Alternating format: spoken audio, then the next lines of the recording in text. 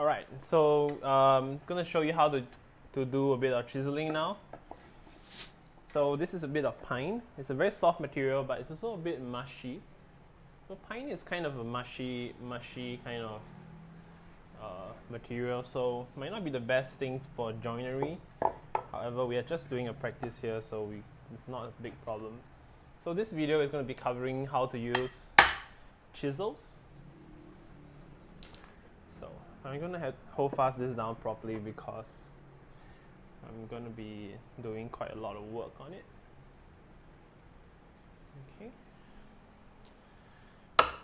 So this video is going to be a little bit longer than the rest because the chisel itself has so many aspects to it.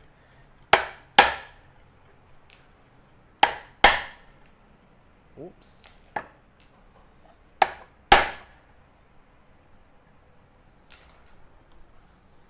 So the chisel itself has numerous functions, and we're going to be covering all of them in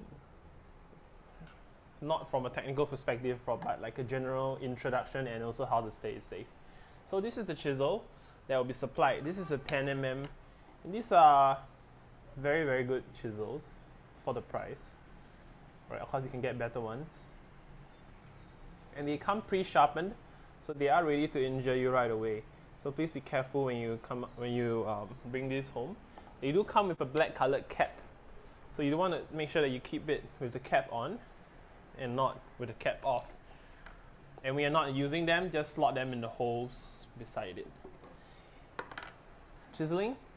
Okay, so the chisel has a bevel. So in our videos, in our lessons, we'll be telling you the bevel. This is the bevel. There's actually two other bevels on the side, and these are just to make them a bit more agile. The main bevel you're interested in is the one right in front here. And so this position here, this is known as bevel down, and this is bevel up. Bevel down, bevel up. You can see the angle there. We're looking at maybe about 30 degrees angle. And you will be supplied with a hammer. So the hammer is a lot better as a chiseling tool because it has more response. If you ever get your chance to experience malleting versus hammering, I prefer hammering. Or if you have a really high density mallet, that also feels really good. The downside, of course, is a bit of noise. So we might do a lesson where we teach you how to make a wooden mallet with the existing kit, so you can have a lot more fun doing that. Okay, so this is bevel up. You can see the bevel there, and we're gonna just cut a very small, do a little bit of a mortise here. Okay, let me do it properly.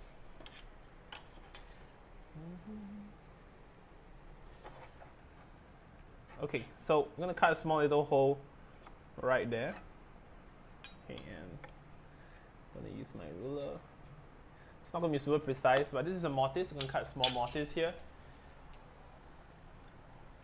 And this is a 10 mm chisel, and you can see that the hole is just slightly wider than that. You don't want to use a chisel that is almost exactly the same size. In fact, this is a little bit too much already. So one of the techniques that you could do is to do a knife wall. You could go knife wall around it. Let me do a knife wall right here at the end of the cut here. So,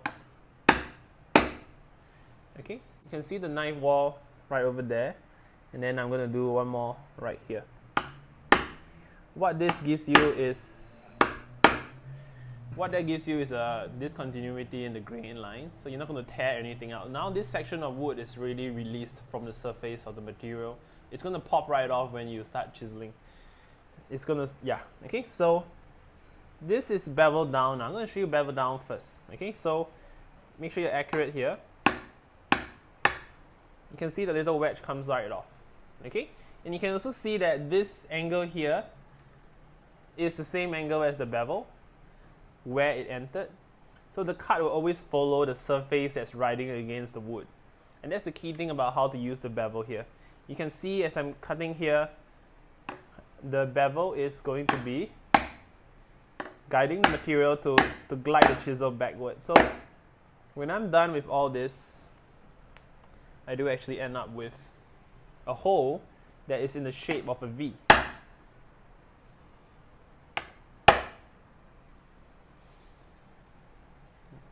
Okay, this is, and now I'm gonna do the vertical cut now. So I'm gonna finish up. You know what? This is it's gonna be a bit too much of a long video. I'm gonna do it even narrower mortise here, just to show, so I can get to the straight cut right away. Okay, so you can see this cut is still beveled down, and the equivalent cut on the bevel up would be like this. It will give you the same result, almost the same result. Okay, so watch this. Oops, my whole fuss shifted.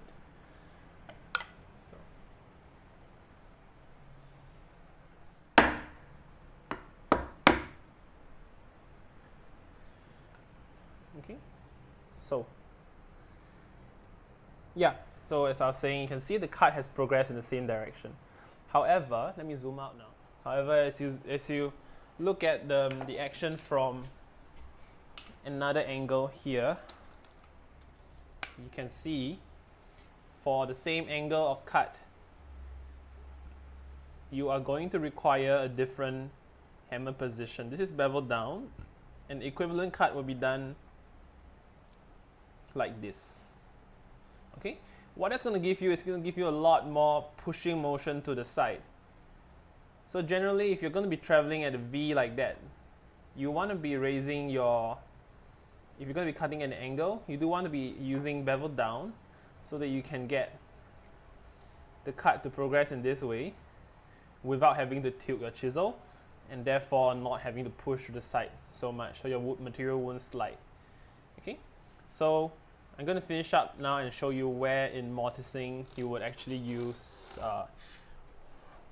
the flat side down besides the initial cut. Okay, so back zoomed in here. Look at that. Back to bevel down. We're just going to finish this up. And you can see with the right technique, you don't actually have to scribe the left and right. The material is going to come out in a pretty nice squarish kind of cut. It's not going to tear out easily. The only thing you need to manage with tear out is usually along the grain and not across the grain lines. Okay, and this is the part where you initially need to go vertical down with the bevel facing up. So you can see here,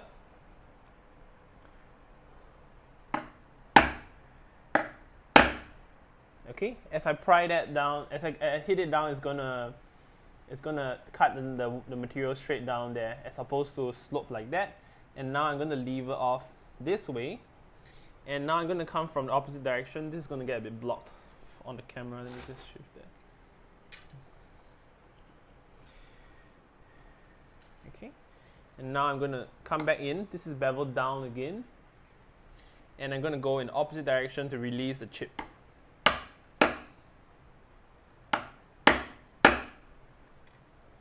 Okay, and you can see the chip has emerged, and now back to vertical.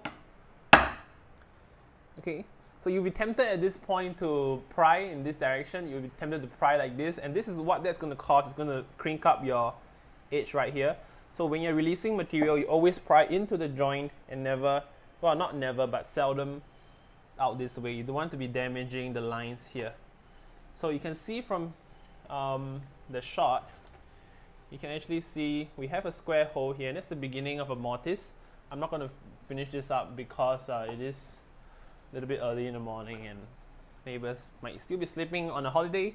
So, okay, so with the bevel down, you will be able to access a traveling cut, the cut that cuts parallel to the wood surface, even though the chisel is not parallel to the surface. The bevel guides the material in that direction.